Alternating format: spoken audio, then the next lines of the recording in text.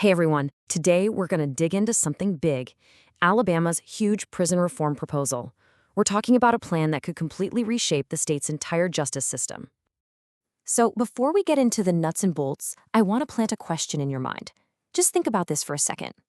What if a prison system could actually create safety for everyone it touched? Not just punish, but protect. It's a powerful idea, right? Keep that question with you as we go through this. Okay, so to really get why this proposal is such a big deal, we have to start with the problem. And believe me, it's a big one. Let's talk about the crisis happening in Alabama's prisons right now. All right, check out this number, 168%. As of August 2024, that's how overcapacity Alabama's prisons are. And look, this isn't just some statistic on a spreadsheet. It's a pressure cooker. It's the perfect recipe for a dangerous, unstable environment where things can go wrong fast. And if you think that's bad, look at this. The problem isn't just staying the same, it's actually getting worse. I mean, in just 3 years, the overcrowding rate has jumped more than 20%. The whole system is just stretched to its absolute breaking point. It's simply not sustainable. So what does all that pressure lead to? Well, it's a pretty grim picture. The system we have now, it's basically a vicious cycle. It creates more violence inside, which causes trauma that spills out and affects families. It leads to people getting out and then coming right back in. That's high recidivism. And on top of all that, it costs taxpayers an absolute fortune. Okay, so that's the problem. It's pretty clear something has to change. So let's shift gears and look at the solution being proposed, this new blueprint for change. So what's this proposal all about? Well, at its heart, it's about building a justice system that actually works for everyone. And the three big words here are safety, accountability, and stability. The key is that it's designed to provide those things for every single person the system touches. And this really shows you what a massive shift in thinking this is. We're moving away from the old model, which was basically just warehousing people, punishment-focused, it created instability, and honestly, it often ignored victims. The new model, it's the exact opposite. It's a structured pathway focused on rehabilitation, building stability, and, this is huge, putting victims right at the center of the conversation. So you might be asking, okay, that sounds good, but how do they actually plan to do it? Well, the whole thing is built around what they call the 5-pillar pathway. Think of it as a roadmap to a successful reentry. All right, let's walk through these 5 steps. It all starts with pillar 1, revive. This is about stabilizing the mind and body, dealing with trauma or addiction right from the get-go. Then you move to rehabilitate, where the focus is on building core skills to address the root causes of their behavior. Step 3 is rebuild. This is all about education and workforce development, giving people real, tangible job skills. Then comes a really crucial one, restore. This is where they work on repairing harm and building accountability to the victims and the community. And finally, step 5 is release. This isn't just opening the doors, it's a structured, supported reentry where they have a plan and a place to go. So, the whole point of this pathway? It's to finally break that awful revolving door cycle where people get out, have no support, and end up right back inside.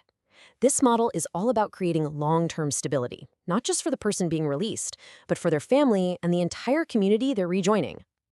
Okay, now we're getting to what I think is the most interesting part of this whole plan. How does it actually benefit everyone involved? Let's look at the impact on all the different stakeholders. What's so smart about this approach is that it's not just thinking about one group. It's intentionally designed to create a win for 5 key groups of people: the incarcerated individuals themselves, their families, victims and survivors of crime, the correctional officers working in the prisons, and of course, all of us in the wider community. So let's dig into each one. First up, for the incarcerated people.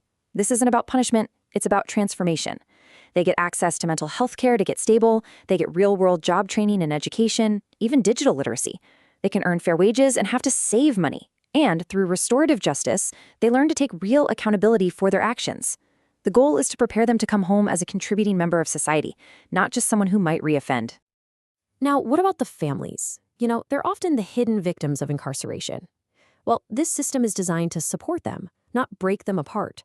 For one, a chunk of the wages earned inside automatically goes to child support. That's huge. Plus, affordable ways to communicate help keep families connected. So when a parent comes home, they're not just ready for a job, they're more emotionally stable, which can help break cycles of trauma. Okay, and this is so important. Victims are put right at the heart of this new model. They get mandatory financial restitution, money to help them recover.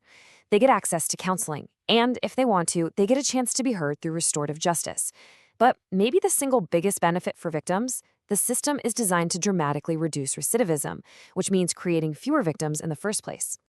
And this isn't just a vague promise. It is hardwired into the system. 20%. That's the mandatory amount from every dollar earned inside that goes directly to victim restitution. It makes repairing harm a top priority, not an afterthought. It's accountability you can actually measure.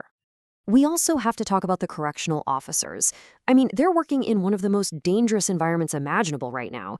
This proposal is a complete game changer for them. We're talking smaller, more manageable housing units instead of huge, chaotic dorms. AI-assisted surveillance to help prevent assaults before they happen. Less overcrowding means less stress. Plus better training, better pay, and real wellness programs to combat the intense burnout they face. So when you add all this up, what does it mean for the rest of us, for society as a whole? Well, the ripple effects are huge. Lower recidivism means less crime and safer communities, period. You have skilled people coming back into the workforce, which is a big plus for Alabama's economy.